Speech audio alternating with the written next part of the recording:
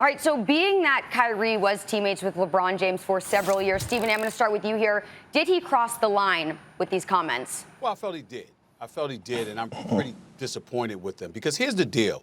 I think that a legitimate argument could be made that Kyrie Irving, in terms of putting the ball in the hole at crunch time, like that proverbial last shot per se. I'd bet my money on Kyrie Irving. I mean, he's phenomenal. He's a sensational basketball player, and we all know it. So it wasn't that the statement that he made was foolhardy or out of bounds or whatever the case may be. There was some validity to it in the eyes of a lot of people that watch basketball because they know that Kyrie Irving is a shot maker. This brother can put the ball in the hole. This brother's a finisher, and we of course all saw him do it when he hit the last shot over Steph Curry to win the championship and end a 52-year curse in Cleveland. We get all of that. We understand it. The point is, why say that now? Why would you do that?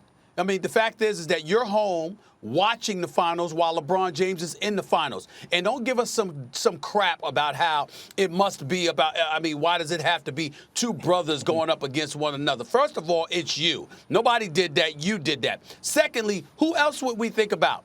Who else would we think you're talking about, Kevin Love? A young puppy like Jason Tatum or Jaylen Brown from a couple of seasons ago? Is that who we would think that you're talking about? Of course not.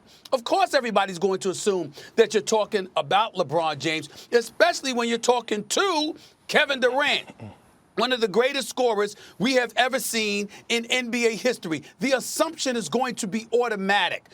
And so don't come with some nonsense about how this is other people putting brother against brother. And oh, by the way, speaking of brothers, since you wanted to bring that up, excuse me, if you were so concerned about brothers and brotherhood and not pitting one brother against another, Kyrie Irving, excuse me, when Steve Nash became the head coach for the Brooklyn Nets, would have been nice for a few brothers to get some shine, even if they didn't get the job, to bring them in and to make sure that everybody knew that there were brothers being considered for that job in Brooklyn before you gave it to a man who's phenomenal in and of himself, and no knock against Steve Nash at all, but no coaching experience whatsoever, yet he gets to coach you and Kevin Durant with the first job in coaching he has ever had in his life. So don't look at everybody else when you're talking about brothers. I got mad love and respect for Kyrie Irving, but sometimes he just says some stuff that I'm not vibing with. But more importantly than that,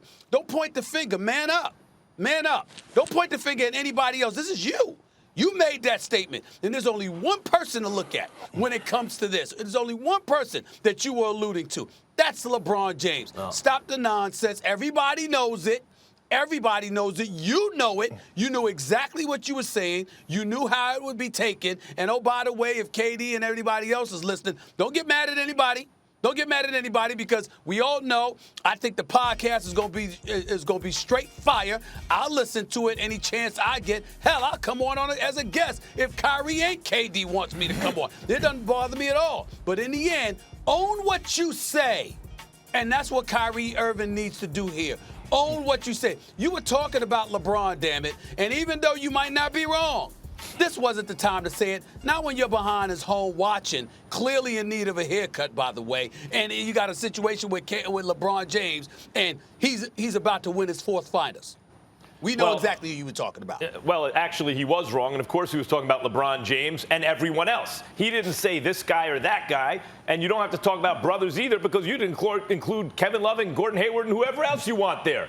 He said this is the first time he's been on a team. That includes everyone he's ever played with. And I get why Kyrie would feel that way. He is an amazing talent. I have said on this show, he may be the most skilled player in the history of basketball. That doesn't mean he's the best. It doesn't mean he has the wisdom to know always when to deploy those skills. But given his level of talent, tell me another guy with his level of handles who also shoots like that and finishes in the paint the way he does. You know, like Steph Curry. Like, you're talking about the greatest of all time who can do it on Kyrie's level like that. So I get he's very confident.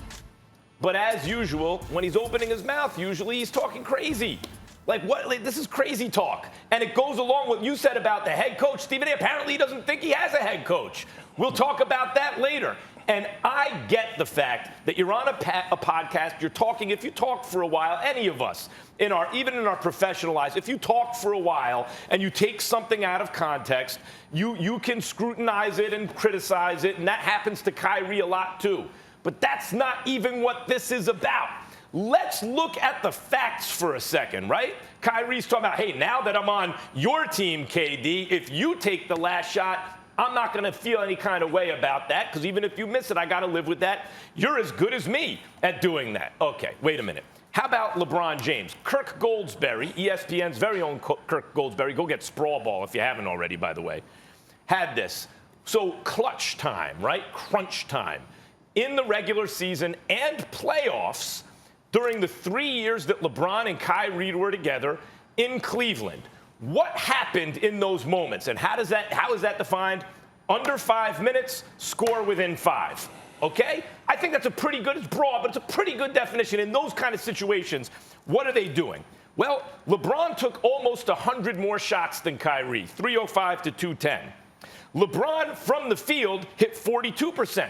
Kyrie 37% from the field. Now, understand, that's 5 percentage points. But as a percentage of the number, it's significantly higher. It's over 10% better.